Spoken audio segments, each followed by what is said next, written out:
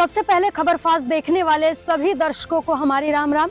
और आप देख रहे हैं खबर फास्ट की खास पेशकश, लगी हैट्रिक बना इतिहास। सही सुन रहे हैं आप, हरियाणा में बीजेपी ने इतिहास रच दिया है। बीजेपी ने 48 सीटों के साथ जीत की हैट्रिक लगाई है, तो वहीं कांग्रेस महज 37 सीटों पर सिमट कर रह गई है। इस जीत को ऐतिहासिक क्यों माना जा रहा है, मैं बताती हूँ। असल में 1972 के बाद ऐसा पहली बार हुआ है जब हरियाणा में किसी पार्टी ने लगातार तीसरी बार सरकार बनाई हो।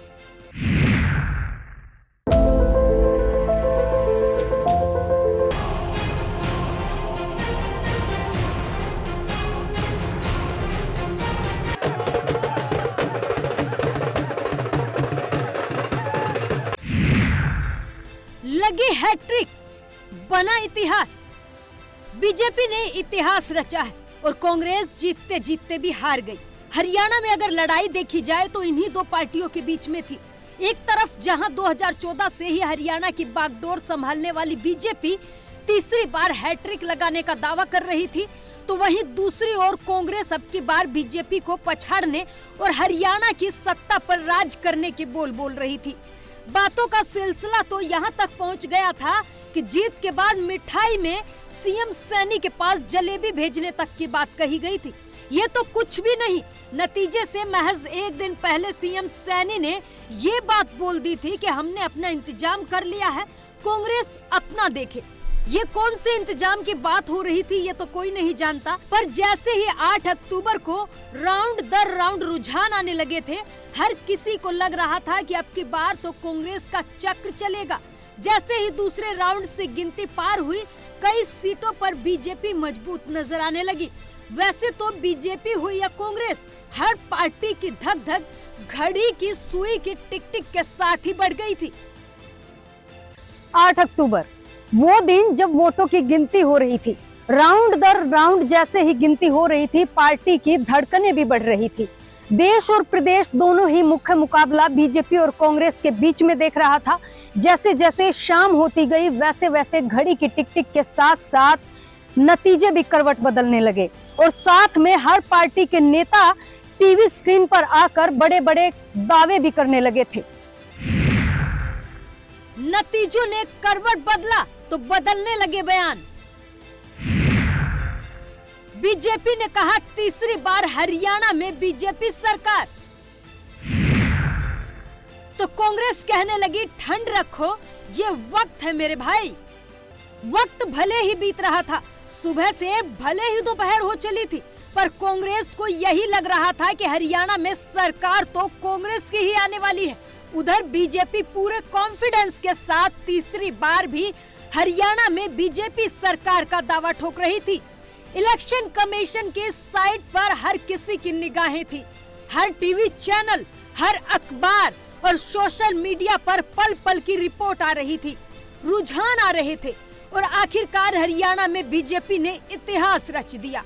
बीजेपी ने 48 सीटों के साथ जीत की हैट्रिक लगाई। कांग्रेस सिर्फ 37 सीटों पर ही सिमट कर रह गई। हरियाणा में बीजेपी की ये जीत ऐतिहासिक मानी जा रही है। 1972 के बाद ऐसा पहली बार हुआ है जब हरियाणा में किसी पार्टी की लगातार तीसरी बार सरकार बनी है, जिसके बाद कांग्रेस नेता अब इसी मंथन में जुट गए हैं कि उन्होंने कहां गलती की है। आखिर कैसे उनसे हरियाणा की जीत मुट्ठी में आई रेत की तरफ फिसल गई। हरियाणा विधानसभा चुनाव परिणाम के लिए 90 सीटों पर वोट की गिनती पूरी हो चुकी थी। वोटों की गिनती के बीच पानीपत में कांग्रेस एजेंट द्वारा वोटिंग मशीनों में धांधली के आरोप भी लगाए गए। पानीपत सिटी विधानसभा में वोटों की गिनती कुछ देर बाद रोक दी गई थी। पानीपत सिटी और पानीपत ग्रामीण दोनों से बीजेपी उम्मीदवारों ने जीत दर्ज की। हरियाणा विधानसभा चुनाव में एक बार फिर एग्जिट पोल्स गलत साबित हुए। सभी एग्जिट पोल ने हरियाणा में कांग्रेस को बहुमत और बीजेपी को सत्ता से दूर होने का अनुमान लगाया था, लेकिन परिणाम इससे बिल्कुल ही उल्टे नजर आए। हरियाणा में बीजेपी और कांग्रेस में महज 11 सीटों का अंतर है। अगर वोट शेयर की बात कर लें तो 1% से भी कम है। अगर बीजेपी के वोट शेयरों की बात करें तो 39.94 वोट प्रतिशत है, तो वहीं अगर कांग्रेस की बात करें तो 39.9 वोट शेयर प्रतिशत है।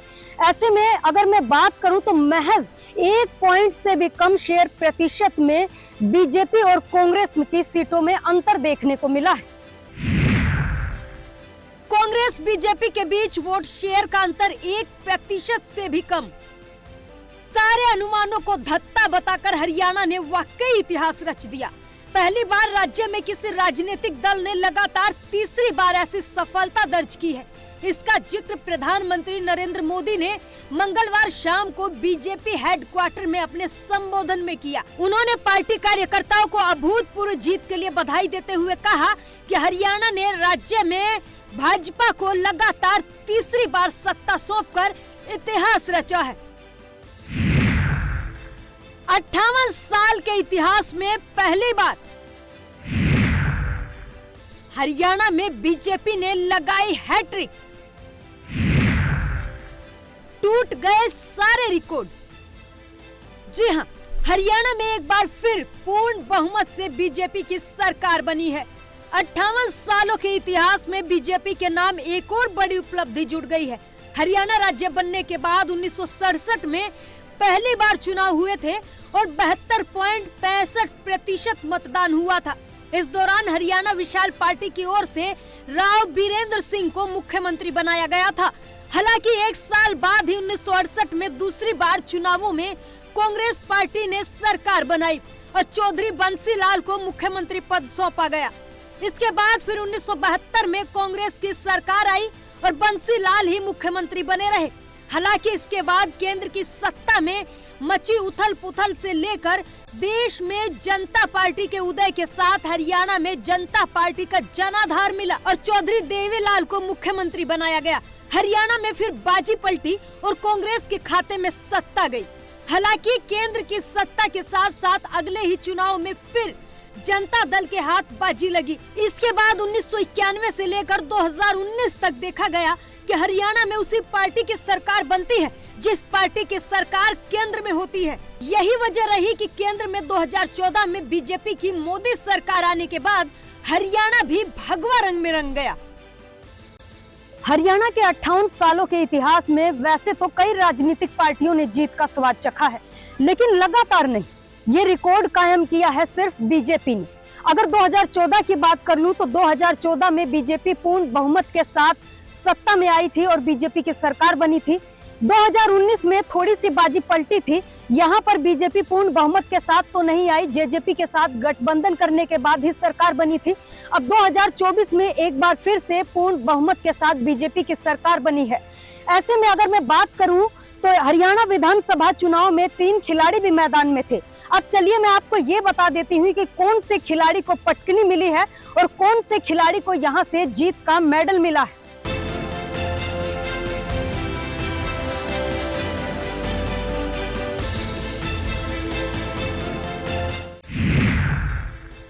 मैदान में थे 3 बड़े खिलाड़ी। विनेश फोगाट को मिला जीत का मेडल। कविता देवी और दीपक को मिली धोबी पछाड़।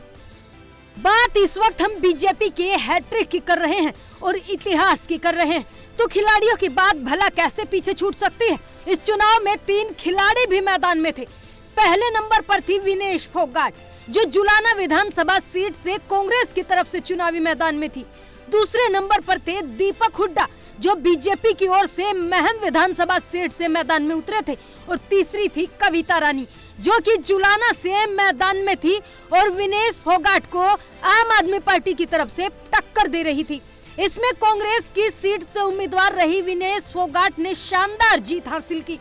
वहीं बीजेपी के उम्मीदवार कबड्डी टीम के पूर्व कप्तान दीपक हुड्डा को महम सीट से हार मिली। वहीं विनेश फोगाट के सामने WWE के पहलवान जुलाना में सामने थी। आम आदमी पार्टी के टिकट पर उतरी कविता रानी की जमानत तक जब्त हो गई। विनेश फोगाट को जुलाना में 65,080 वोट मिले। वहीं उनके निकटतम प्रतिद्वंदी योगेश कुमार को 59,065 वोट मिले। इस तरह से विनेश को 6,015 वोटों से जीत मिली। WWE रेसलर कविता रानी को जुलाना से महज 1280 ही वोट मिले। इस तरह से उनकी जमानत तक जब्त हो गई। दीपक हुड्डा की करारी हार। हरियाणा में बीजेपी के टिकट पर महम सीट से चुनावी मैदान में उतरने वाला स्टार खिलाड़ी दीपक हुड्डा हार गया। इस सीट से कांग्रेस के बलराम दांगी को जीत मिली। उनको 56,865 वोट मिले। उन्होंने अपने निकटतम प्रतिद्वंदी बलराज कुंडू को 18,060 वोटों से हराया। हरियाणा जन सेवक पार्टी के बलराम को 38,805 वोट मिले। नंबर 3 की बात करें तो नंबर 3 पर निर्दलीय राधा अहलावत रही, जिनको 29,211 वोट मिले। वहीं दीपक हुड्डा को करीब 8,929 वोट मिले। इस तरह से बड़े अंतर से वो हार गए। दीपक हुड्डा भारतीय कबड्डी के जाने माने नाम है। वो भारतीय टीम के कप्तान भी रह चुके हैं। साल 2016 में जब भारतीय टीम ने कबड्डी का वर्ल्ड कप जीता था तो उनकी टीम में अहम भूमिका रही थी। 30 साल के दीपक 2016 और 2019 में साउथ एशियन गेम्स में गोल्ड मेडल जीतने वाली टीम का हिस्सा रह चुके हैं। दीपक हुड्डा प्रो कबड्डी लीग की हिस्ट्री में बेस्ट ऑलराउंडर माने जाते हैं, लेकिन अब की बार विधानसभा के राउंड वो हार गए।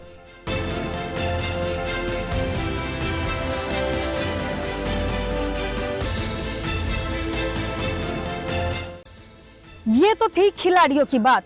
आम आदमी पार्टी, कांग्रेस और बीजेपी ने 3 खिलाड़ियों को मैदान में उतारा था, लेकिन अगर जीत की बात करें तो सिर्फ कांग्रेस की विनेश फोगाट ही यहां से जीती। बाकी के 2 खिलाड़ियों को हार का ही सामना करना पड़ा।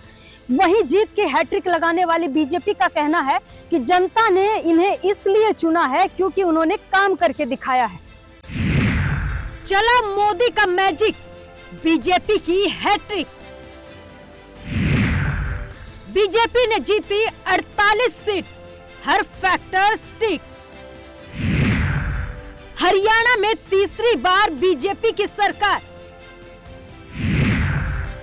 10 साल का काम, जनता ने दिया इनाम।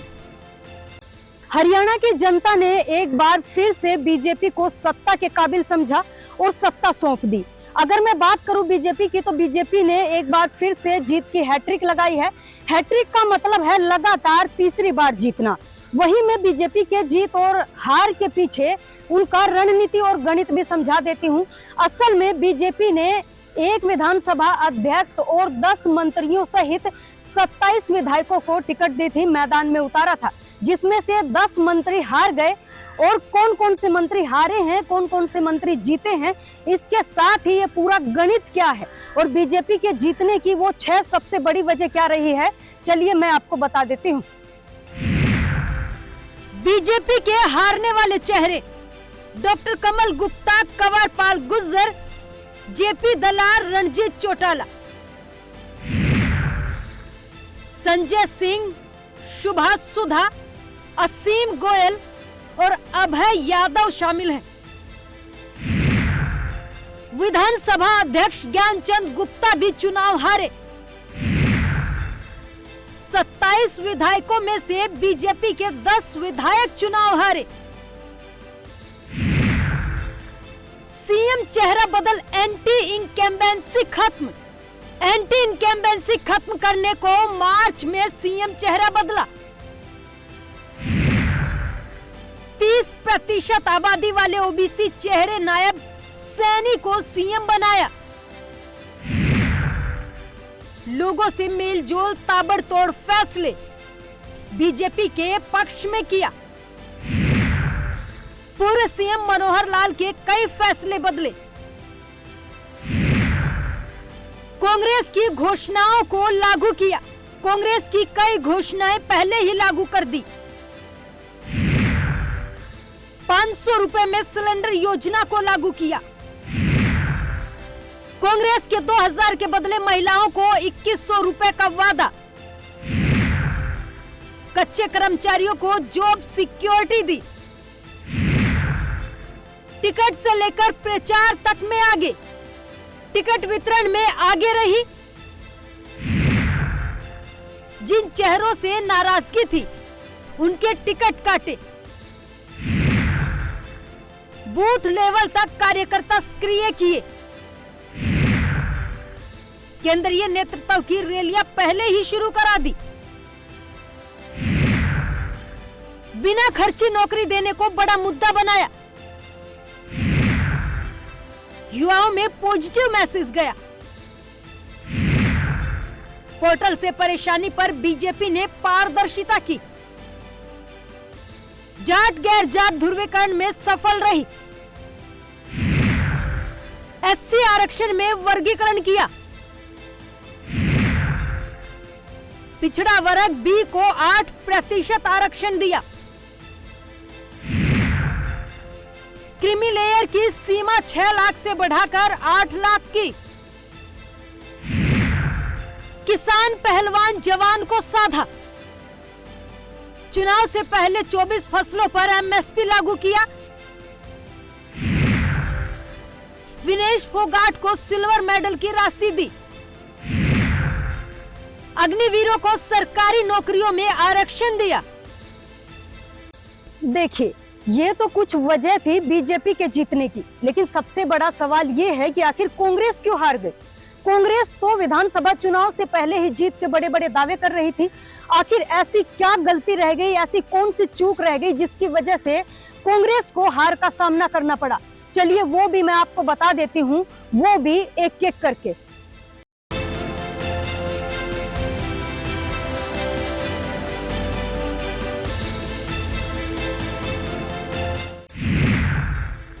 क्यों हार गई कांग्रेस, क्या रही वजह, क्यों जीत गई बीजेपी। हरियाणा विधानसभा चुनाव में आरएसएस ने ग्राउंड पर बेहतर काम किया। चुनाव के लिए प्रचार अभियान में भी बीजेपी ने कांग्रेस के मुकाबले ज्यादा ताकत दिखाई। पीएम मोदी, गृह मंत्री अमित शाह, केंद्रीय मंत्री शिवराज सिंह चौहान और उत्तर प्रदेश के मुख्यमंत्री योगी आदित्यनाथ समेत बीजेपी के तमाम दिग्गज नेताओं ने हरियाणा में जमकर प्रचार किया। बीजेपी ने हरियाणा चुनाव में लगभग 150 रैलियां की, तो वहीं कांग्रेस सिर्फ 70 बड़ी रैलियां कर पाई। बीजेपी ने जहां टिकट न मिलने पर नाराज हुए नेताओं को मनाने में कामयाबी पाई, तो वहीं हरियाणा विधानसभा चुनाव में कांग्रेस पार्टी आखिर तक आंतरिक कलह से ही जूझती रही। कांग्रेस में भूपेंद्र हुड्डा, कुमारी शैलजा और रणदीप सुरजेवाला जैसे कई गुट रहे, जिसकी वजह से कुमारी शैलजा और रणदीप सुरजेवाला ने काफी देर से चुनाव प्रचार शुरू किया। राहुल गांधी भी रैली में भूपेंद्र सिंह हुड्डा और कुमारी शैलजा का हाथ मिलवाते हुए नजर आए। हाथ तो जरूर मिले, लेकिन दिल नहीं मिले, जिसका फायदा बीजेपी को हुआ। एक बड़ा फैक्टर जो सबसे अहम रहा, वो केंद्र में एनडीए की सरकार रही। हरियाणा विधानसभा चुनाव से पहले ही हरियाणा की बीजेपी सरकार जनता को ये समझाने में कामयाब रही कि केंद्र में बीजेपी की सरकार है। अगर अब की बार हरियाणा में भी बीजेपी की सरकार बनेगी तो जितने भी विकास के कार्य हैं उनको गति मिलेगी, वो काम नहीं रुकेंगे। इसके अलावा बीजेपी ने हिमाचल कांग्रेस का भी उदाहरण देकर जनता को समझाया और वोटर समझ भी गया। और साथ में पिछले 10 सालों से हरियाणा में बीजेपी की सरकार तो रही ही है। सरकार ने जितने काम किए हैं उसका असर भी वोटर पर पड़ा। पर सबसे बड़ा सवाल ये है कि बीजेपी ने तो जीत की हैट्रिक लगा दी, लेकिन लोकसभा चुनाव में बहुत अच्छा प्रदर्शन करने वाली कांग्रेस विधानसभा चुनाव में कैसे पिछड़ गई। हरियाणा में जाट, दलित और मुस्लिम समुदाय कांग्रेस के प्रमुख वोट बैंक माने जाते रहे हैं। मुस्लिम समुदाय का वोट तो कांग्रेस को बड़ी मात्रा में मिला, लेकिन शैलजा और हुड्डा के बीच के आपसी टकराव के चलते दलित वोट कांग्रेस से छिटक गया। हुड्डा के नेतृत्व में जाट समुदाय का समर्थन तो कांग्रेस को मिला, हालांकि कई जाट बाहुल सीटों पर भी कांग्रेस को करारी हार मिली। वहीं दलितों के लिए शैलजा की उपेक्षा ने इस समीकरण को पूरी तरीके से बिगाड़ दिया। कुमारी शैलजा की नाराजगी का 14 दिनों तक रहना कांग्रेस पर भारी पड़ा। सबसे बड़ी बात यह रही कि दलित समुदाय में यह संदेश गया कि जाट समुदाय के वर्चस्व के चलते दलित नेतृत्व को कांग्रेस में महत्व नहीं मिल रहा है। शैलजा को दरकिनार किए जाने पर दलितों में असंतोष रहा, उनमें नाराजगी बढ़ी। जब राहुल गांधी ने 14 दिन बाद शैलजा को अहमियत दी, तो जाट समुदाय में इस बात की चर्चा होने लगी कि अगर कांग्रेस सत्ता में आई तो मुख्यमंत्री की कुर्सी कहीं दलित महिला को न मिल जाए। ये भी थी वजह। इन परिस्थितियों ने जाट और दलित समुदायों के बीच और भी खाई पैदा कर दी। वहीं बाकी कसर जेजेपी, आजाद समाज पार्टी और इनेलो बसपा जैसे गठबंधनों ने पूरी कर दी। वहीं टिकट बंटवारे में हुड्डा का प्रभुत्व साफ नजर आया। हुड्डा खेमे को 70 सीटें दी गई, जबकि कुमारी शैलजा और रणदीप सुरजेवाला लगातार इस बात पर नाराजगी जताते रहे। ऐसे में इन नेताओं ने खुद को अपने अपने इलाके तक सीमित कर लिया, जिससे कांग्रेस का प्रदेश व्यापी साख को नुकसान पहुंचा। हुड्डा खेमे में कई सिटिंग विधायकों को टिकट मिला, लेकिन 16 उम्मीदवार हार गए। राजेश जून बिफर गए।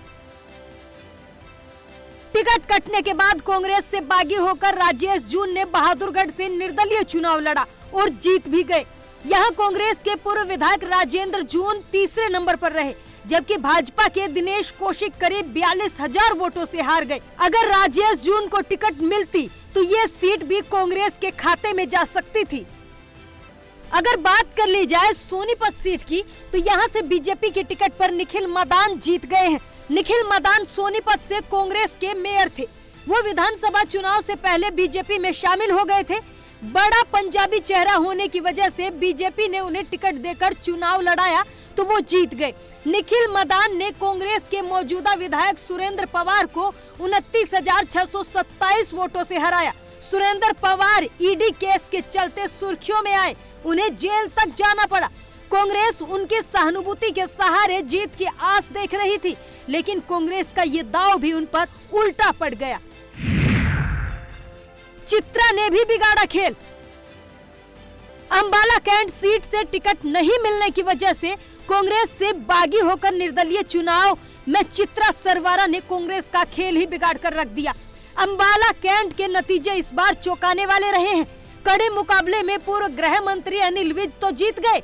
चित्रा सरवारा महज 7277 वोट से हारी है। चित्रा सरवारा 52,581 वोट लेकर दूसरे नंबर पर रही, जबकि कांग्रेस के उम्मीदवार परविंदर पाल परी को 14,469 वोट ही मिले। अगर कांग्रेस चित्रा सरवारा को टिकट देती तो ये सीट आसानी से उनके खाते में जा सकती थी।